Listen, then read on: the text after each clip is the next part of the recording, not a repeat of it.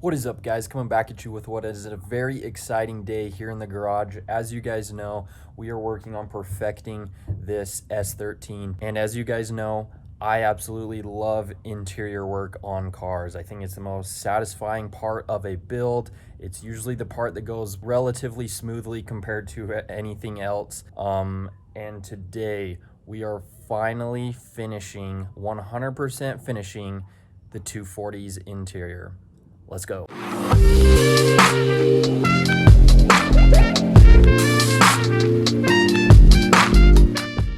All right, so stepping into the 240 here, just a quick little glance at some of the things we're missing. You guys know I've been missing an AC control unit. I am missing this trim here. No sun visors whatsoever, no rear view mirror, and no cigarette lighter plug. I'm probably missing a couple other things, but let's go take a look at the shelf and see what we got.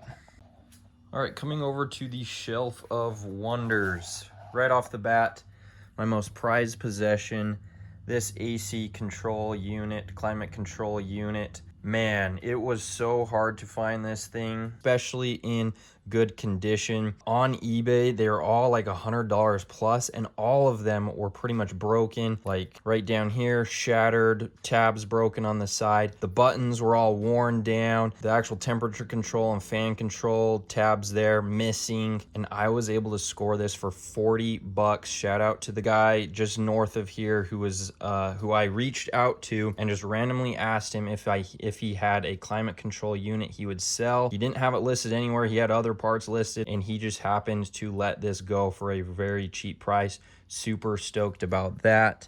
I'm actually a little bit of a historian. Some of you guys probably don't know that, but what I've been doing over the entire summer is what I like to call curating parts. That is basically what it's taken to get all of the rest of the interior parts for the S13. Some of these parts are very hard to come by. There's no reproduction companies making these parts, so they are very difficult to come by.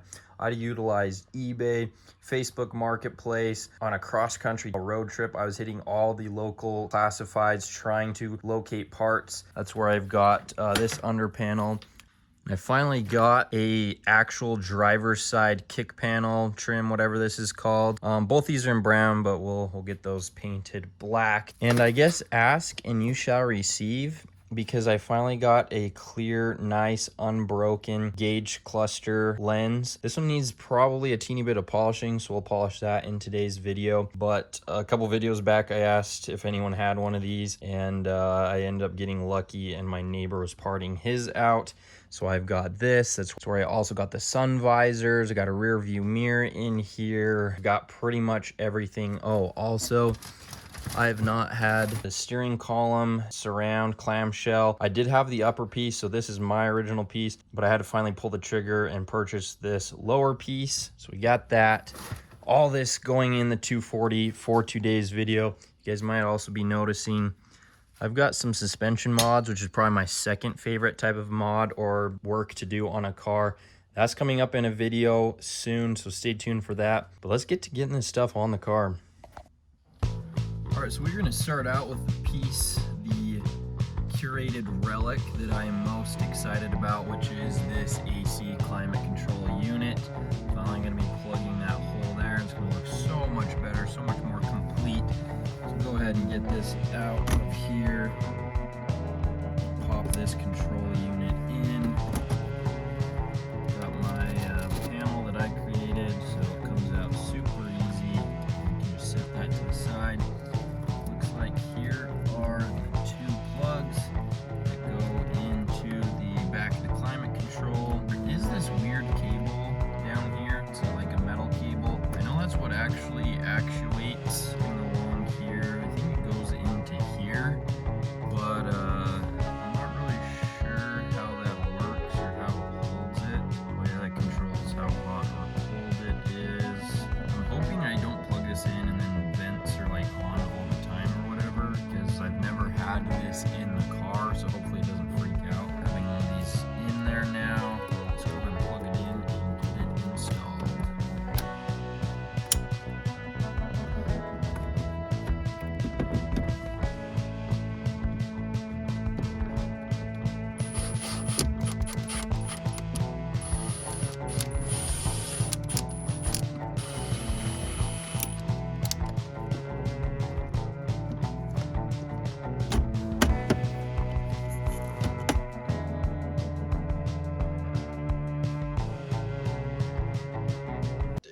looks so good.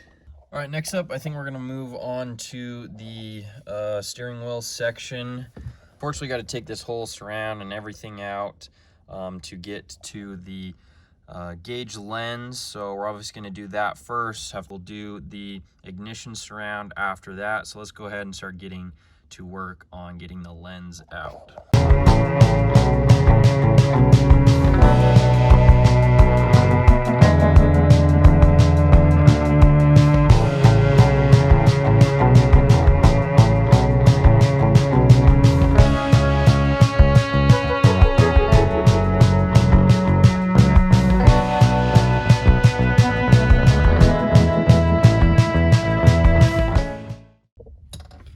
So we just got the gauge lens out, a couple more tabs. Okay, so there's the old one out. Let's go grab the new one. All right, so just got that little scratch right there. I think I'm gonna try and get that out. It's actually on the back side of this lens, which is interesting. But yeah, let's get this cleaned up, polished up, and get in the car.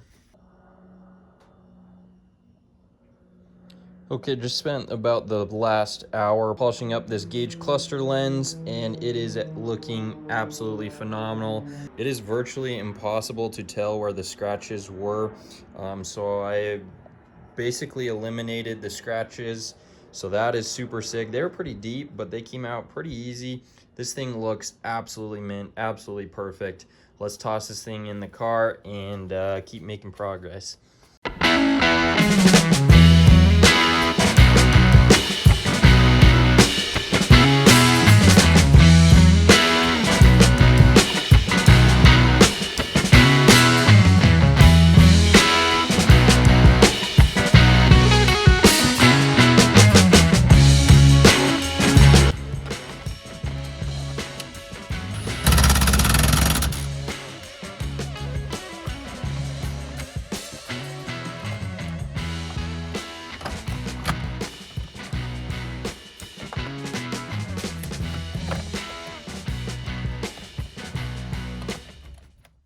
All right, we finally have an ignition surround. That's crazy to see that. This was one of the harder things to find, although it was pretty cheap on eBay. There just wasn't any local, but check that out. We're now going to work on the under tray that probably has not existed in this car in probably 20 years.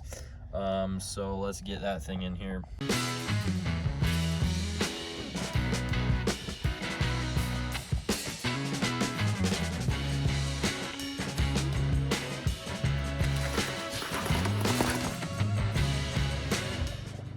Now we're going to work on the visors and the rear view mirror. Let's go ahead and get these bad boys in there. The rear view mirror here.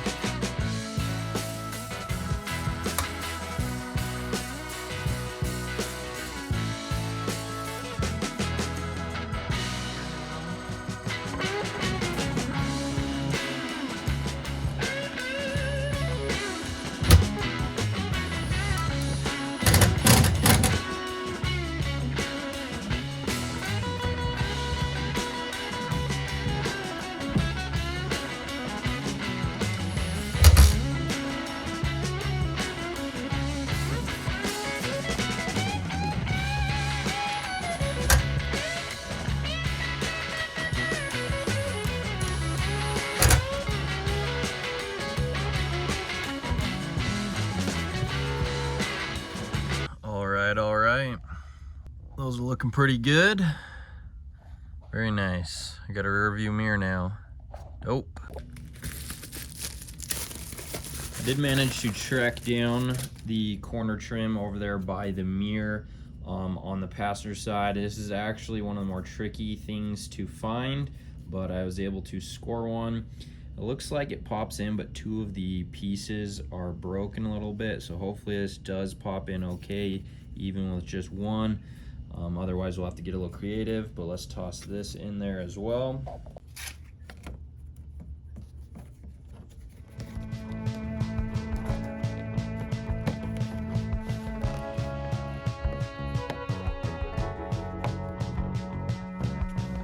Alright, so this isn't staying very tight, so we're probably gonna have to get creative with this, because the one just is not really popping in there. But at least it's covered up, looks good. On to the next thing.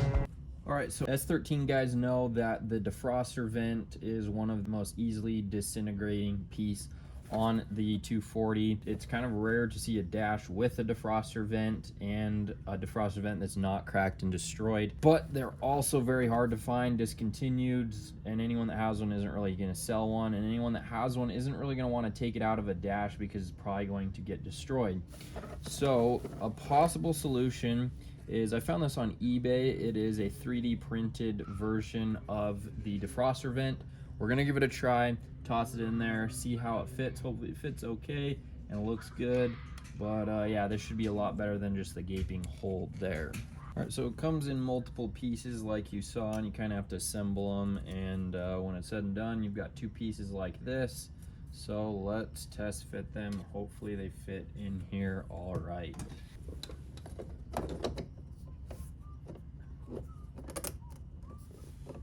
Alright, defroster vent actually looks pretty good and fit in there pretty well, snaps in there very nicely. The only spot where it looks a little wonky is this spot didn't like kind of go down, and this spot, if I'm just nitpicking, is a little lower than where it needs to be, but it looks 100 times better than it did before. So yeah, pretty cheap vent on eBay, defroster vent. I think they even accepted an offer, so I got it even at a discount. So yeah, defroster vent for a win. eBay, let's go. Alright guys, so the next piece to the interior puzzle and perfecting and finalizing and bringing the interior on the 240 to 100% is going to require us to vacuum out the car and vacuum the carpet specifically. So let's go ahead and get that done, and let's see what we've got in store.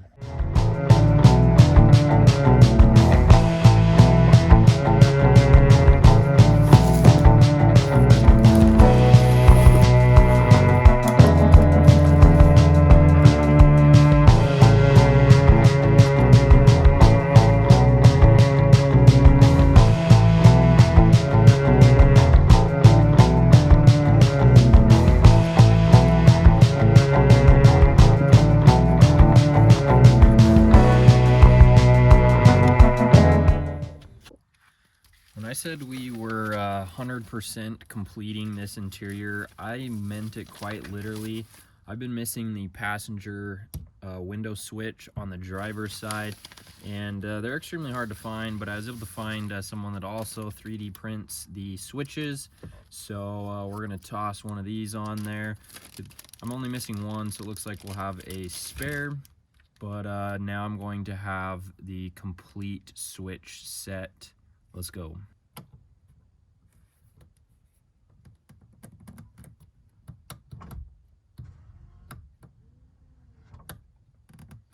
We're good to go.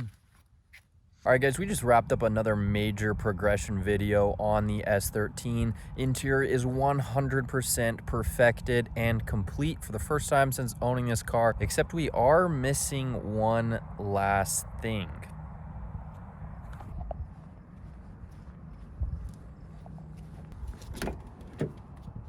So in this package, we have got not only a cigarette lighter socket, but we have also got a kill switch cigarette lighter cover. If you guys know anything about one of these, there is an extremely rare Nismo part, which is a Nismo kill switch cigarette lighter cover. And it is one of the more trickier things to get a hold of old logo Nismo stuff. Old logo Nismo stuff already pretty hard to get a hold of, and I guess these cigarette lighter covers were actually pretty rare, and they run about $700, And even then, you run the risk of it not being a genuine one. So I wasn't about to spend $700 on one of these. This is not a Nismo kill switch. Obviously, you don't see any Nissan Nismo logos, but I did pick this up online for relatively cheap, and it looks pretty good, and I like it. So I think we're gonna pop it in here. So we've got our socket in there, and that's gonna pop in that way, and I'll turn it to kind of lock it into place. And now we've got our kill switch in there, which looks pretty cool. It kind of ties in the rest of the interior. Give you a little bit of a look of what we are working with here. Kill switch looks pretty sick. I like it. And here's our interior.